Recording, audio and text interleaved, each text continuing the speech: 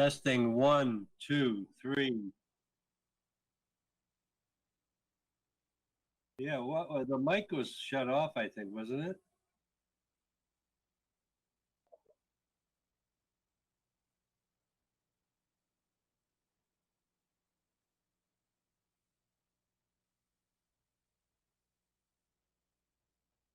All right. Did you ever find out at what point did the recording start?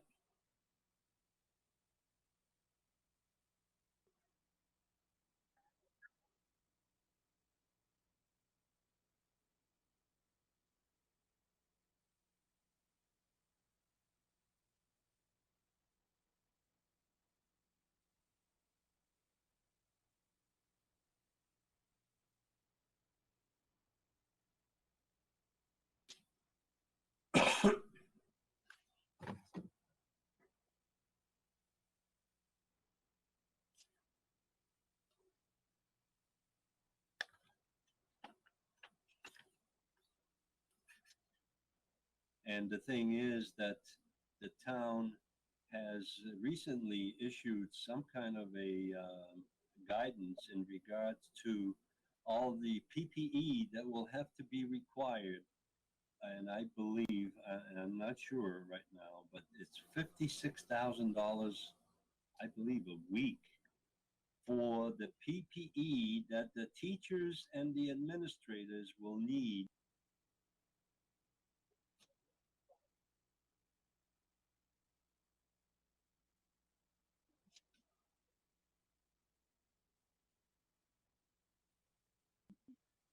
From the state to recoup those costs. The state doesn't have any money. The state. So, Right, and just trying to get that material. I mean, we saw back. and the thing is that the town has recently issued some kind of a guidance in regards to all the PPE that will have to be required. And I believe, and I'm not sure right now, but it's $56,000, I believe, a week for the PPE that the teachers and the administrators will All right, need. That's story number 2. Doesn't have anything to do with town hall opening, does it? From the state to recoup those costs. You have the school reopening, then you have library reopening after that, right? Don't expect it any. I think it's this. Riley said. Specifically, we have asked districts to. I'm kind of wrestling what a possible solution. They're asking for access so they can go and get materials. Count at a respectable level. Well, the next item that I've identified on here is the senior center. That is locked up tight. They won't let anybody in except the workers that are in there. I mean, what are they doing? So it starts off, I think I have to introduce story number 2, news story, declaration of emergency and the conduct of Danvers Board of Selectmen. And the current issues are town hall opening, and then we go into the school reopening.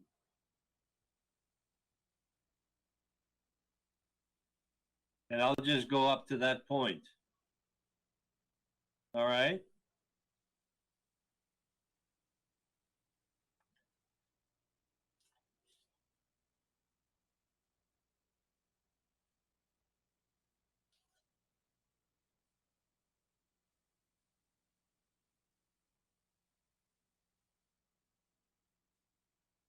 You're not going to let this thing go out live, are you?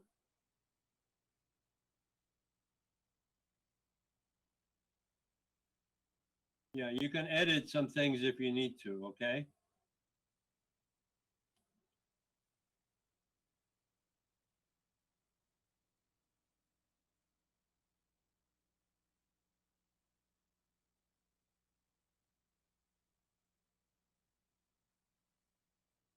I'll get to that. No, I'll do it. This is fine. This is really just an introduction to the show anyway. Matt jumps in later.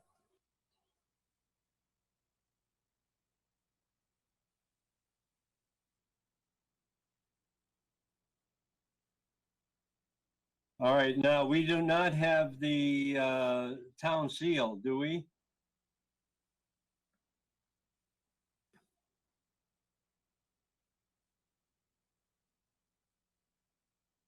Yeah, I'll mention it and you can put it in there, okay? All right, so we're ready to go?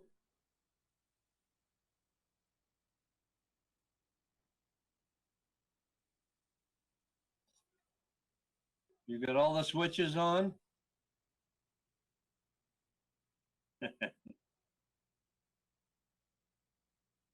Go for it.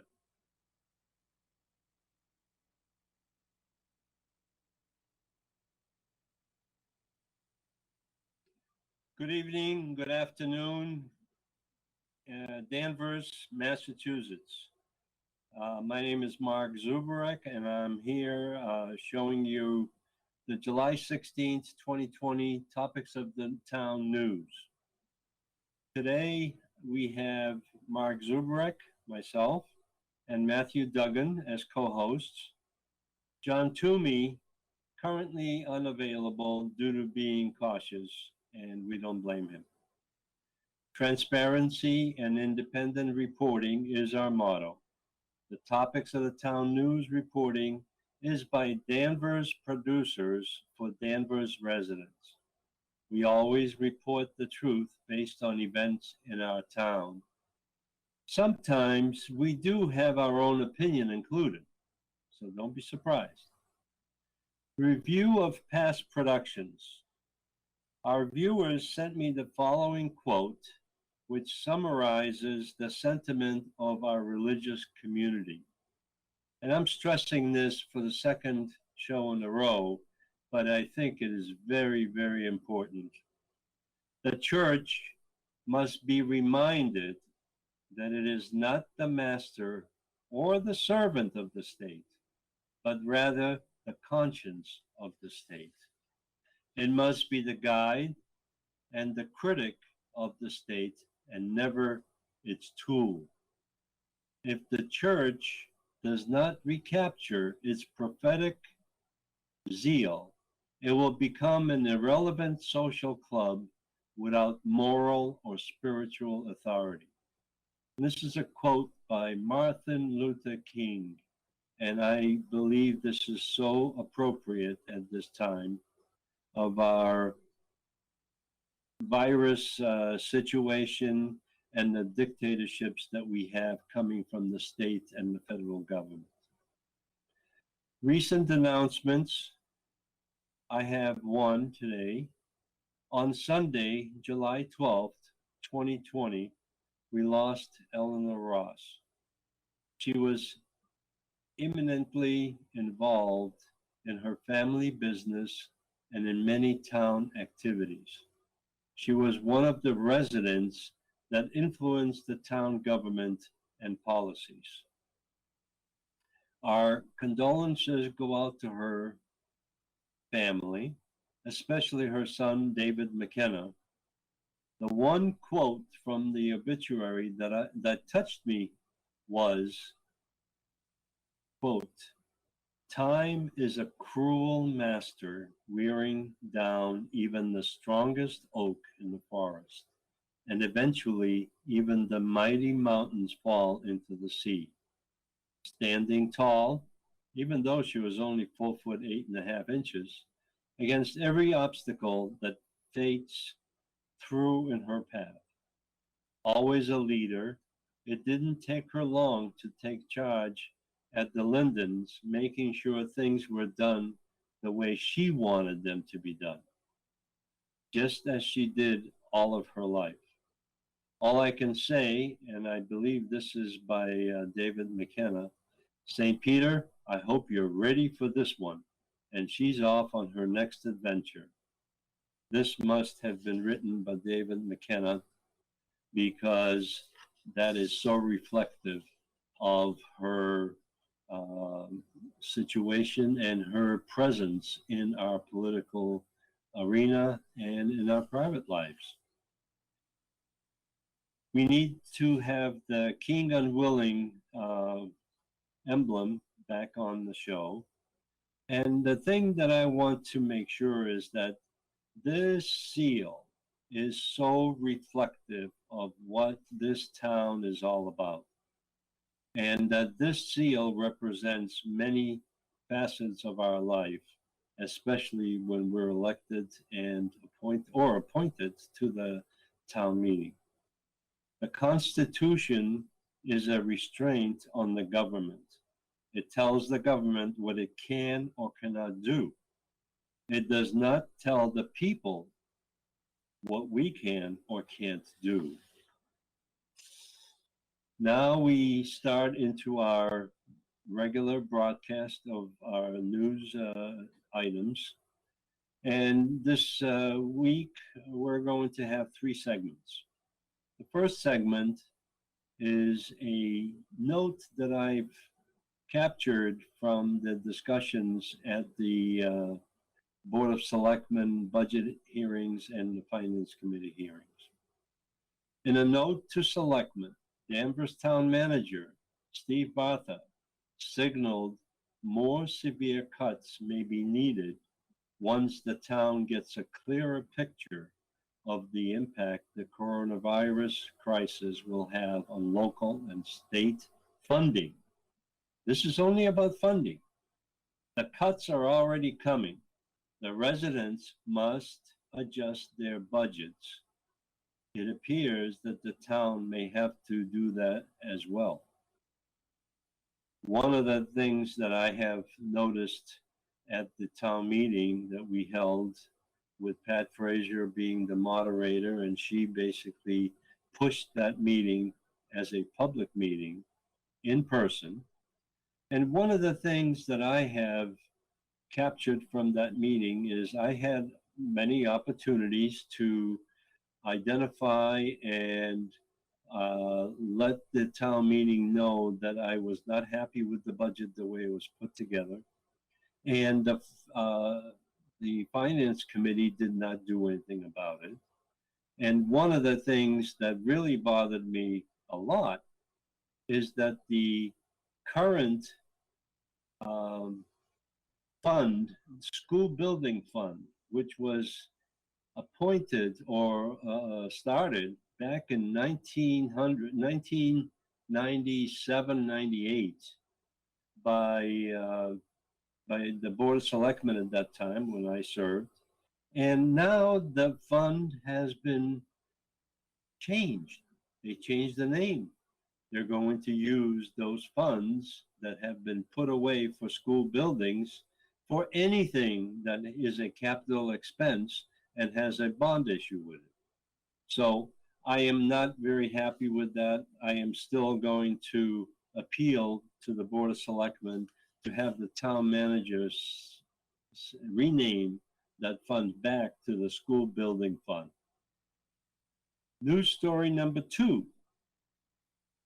Declaration of emergency and the conduct of Danvers Board of Selectmen.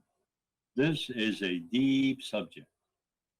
We have been tracked. We have been coerced. We have been gathered in our homes because the government wants us to be there.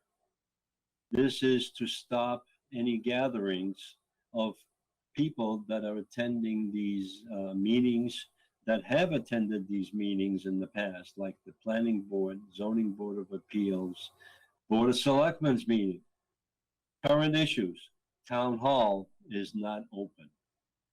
They claim that somebody's working in there, but I haven't been able to get anyone except the town clerk's office, which has responded very well. The school is also not reopening. All we hear is that there's going to take $56,000 a week to prepare the PPE and the masks and the preparation of the classrooms to get the kids back to school. 99.9% of the population that has or had coronavirus is survived. The survival rate is very high, and it's better that we have herd immunity instead of waiting there and waiting for the government to release us from our bondage. The one thing that we have also discussed at the town Board of Selectmen meeting that has been on a conference call is that now they want to put in at the dump, they want to put in solar panels. However, that whole situation, the whole concept of putting in the solar panels is ill-advised. This is something that we've talked about at the Municipal Light Board meetings, but now what they want to do is place contaminated dirt on top of the dump into the bowl that's behind the transfer station. That is going to become another criteria for capping and paying the EPA for monitoring that dirt. So this needs further discussion, and we will pick that up in the show on July 30th. School reopening is not going to happen according to what we hear right now, and no one in town hall wants to talk to the media except for the fact whatever they want to plant as a story for the town of Danvers.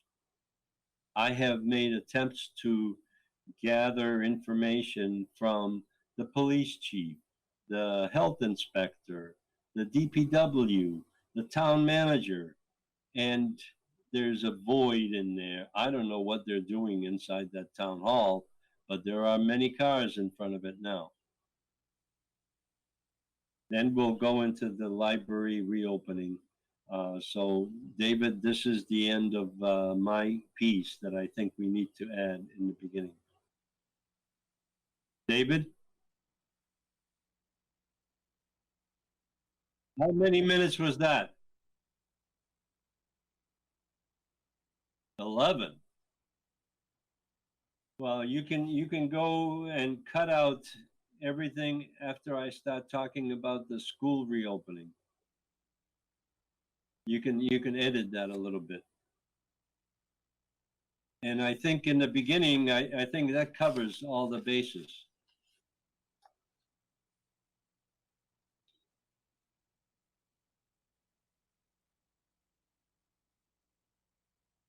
Can you send me a copy of that, or see what is going to be before we put it on the air again?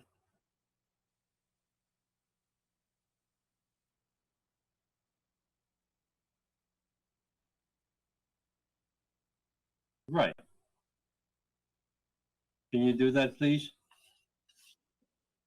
Anything else?